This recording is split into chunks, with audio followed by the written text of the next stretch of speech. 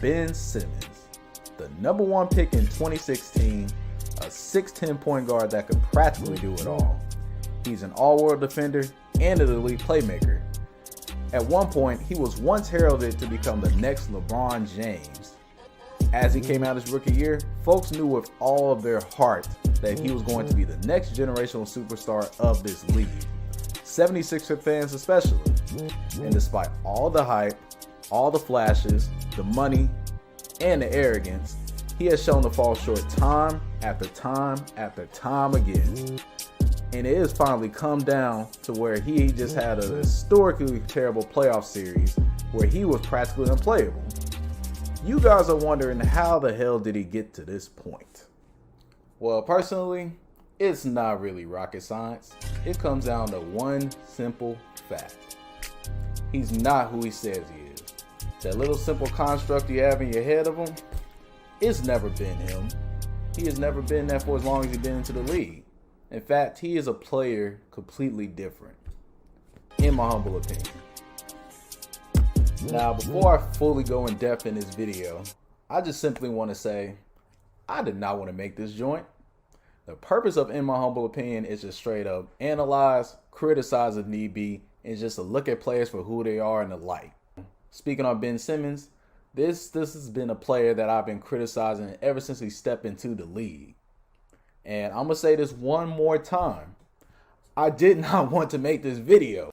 I did not want him to become this terrible. I was not praying on his downfall, but God dog it, I got to speak on it. The question that is still present on everybody's mind is, how the hell did he get to this point? I mean, we're talking about a player that was the #1 pick, who literally had a Slam magazine cover with LeBron's old jersey on when he was on the cover of Slam years ago. So you can already tell that parallel was set into place early. It doesn't help that most of his coaches, teammates, and peers compared him to being the next Magic Johnson. We're talking about one of the most legendary point guards in the entire NBA history. Garnering those comparisons early, you have to be put under a microscope. Looking at Ben from a whole viewpoint, he is a solid defender, an excellent playmaker, and when he puts his mind to it, has an aggressive nose to drive into the rack. The biggest problem with his game that I have had for years and years is that damn jump shot. Definitely, nobody argued about it. Ben Simmons took a three, and you could hear the fans kind of rise up. Simmons shooting the jump shot now with some regularity. There it is right there. I think you guys love that subject, Kai, so I'll let you stay on it. We'll keep winning. You guys keep talking about the jump shots. But I don't care. I mean, he works on everything. That damn jump shot.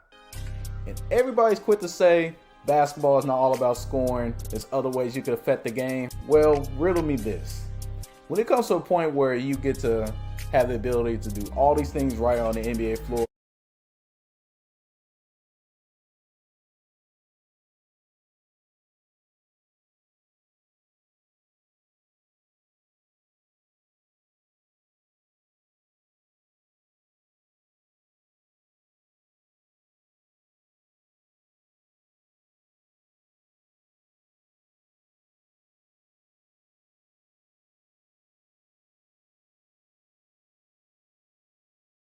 but they ask you to do this one specific thing and you fail on it, what does that make you? And one thing that could have changed this series is Ben Simmons having an aggressive nose to score the basketball.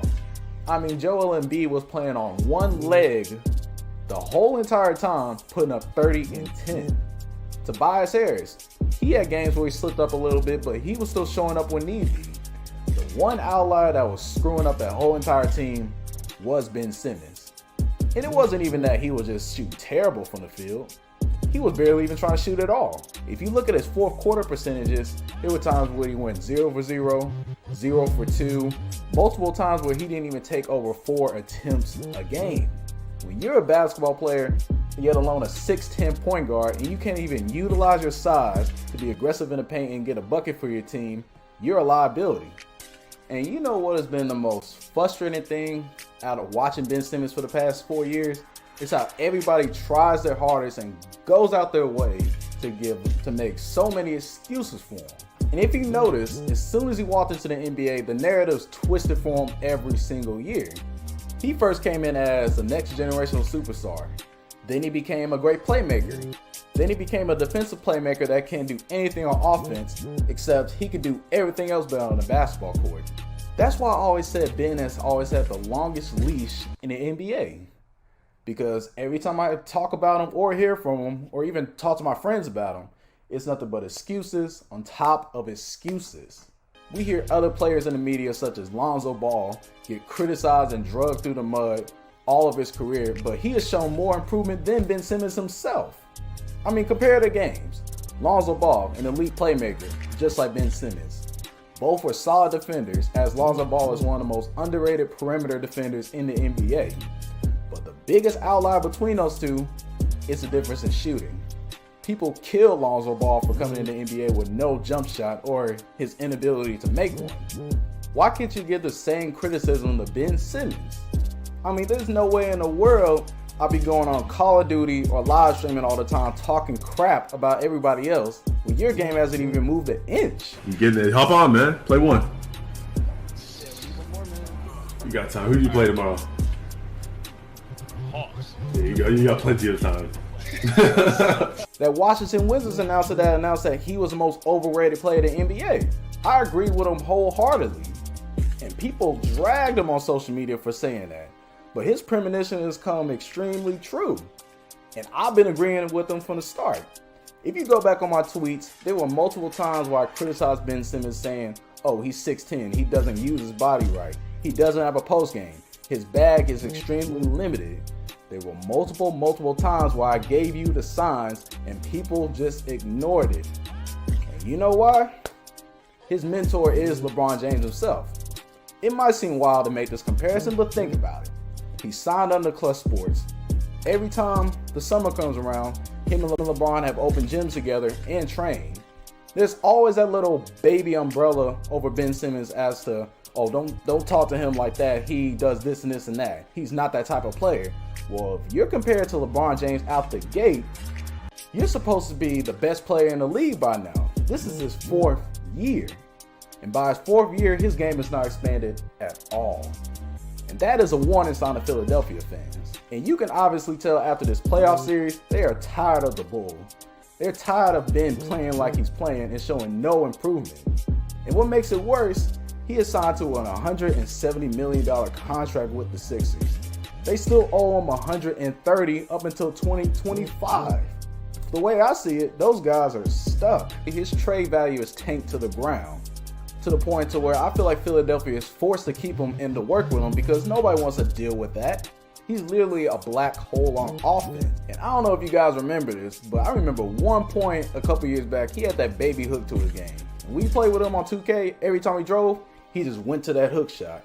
And I know it frustrated the hell out of players. Now going back to real life, his game is not expanded at all, and there were multiple reports saying that Ben is the biggest question mark of the Philadelphia 76ers due to his lack of offensive talent. And when I say that, I know there were games where he dropped 40 points, dropped 30, and he's shown flashes of his potential. But when it most mattered, he shrunk up short. And before that last game against Atlanta, he was putting up triple singles back-to-back games. That is pitiful. That is absolutely pitiful. And it's really sad to see that the Philadelphia 76ers took the bait on falling in love with potential. And now they're stuck with arguably the worst contract in the whole NBA. And now my question follows. What can Ben Simmons do to grow from this? It's really quite simple. Hit the gym, find an efficient shooting trainer such as Lethal Shooter, for example, and just grind. But what's crazy to me is that every time we pull a footage of him during the summer, during open ones, he's pulling for three like it's nothing. I feel like it's not a mental error because he's obviously capable of doing it.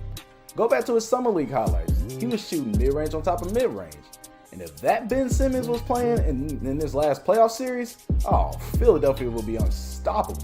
So I feel like it's just some minor tweaks to his jump shot to where he cannot sway to the right so much, or he can straighten out his guide hand. There's multiple little things you could tweak to his shot to make it more efficient. But all it depends on is Ben Simmons himself, if he's committed to make the change. Because he has all the resources around him to be successful. I mean, if he stays in Philadelphia with Joel Embiid, they could make a finals easily. All it comes down to is that God-forsaken jump shot. I mean, it could be so simple. And if you go back and look at the game footage, it's also frustrating to watch him just be a simple pedestrian. I mean, if you roll through clips, he would just bring the ball up, setting screens, and moving, and standing out on the block waiting for something to happen. You're a 6'10" point guard, man. There's just no way that a player getting $170 million just turns into a pedestrian during the playoffs. Because at this point, you're just out there getting cardio, running around trying to lose weight and calories. There's no reason to do that when there's a whole playoff series on the line and you gotta get a bucket in order to help the team. And I'm going to be completely honest with you guys. When Ben had those comparisons at first, I did not see any of that.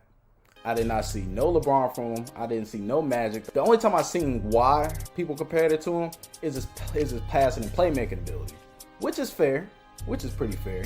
But I feel like the most appropriate comparison for Ben Simmons is none other than Draymond Green. Before you actually sit and think, what the hell? Think. You are a playmaker that can play stellar defense, and you can do other things to make your teammates better, except you just can't score the damn ball. I mean, just look at their games side by side. At least Draymond will try to pull for a three, but look at the defenders. They back up off both of them regardless. I'm not saying Ben Simmons isn't capable of being an all-time great player. His career is still young, but the time is ticking extremely fast. If I'm Ben Simmons, I would just spend multiple hours in the gym just shooting 1,000 jump shots a day, full repetition, because that's something that can easily be fixed. It all comes down to confidence, mechanics, and mostly your mental. Players such as Ben Simmons garnering so many comparisons to all these legends, there's no excuse for him to be playing the way he's playing. He knows that, the league knows that, everybody knows that, and I sure as hell know that. I'm not saying Ben Simmons is finished, but let's be clear here. His time is running out, and he has to show everybody who he's truly made of, in my humble opinion.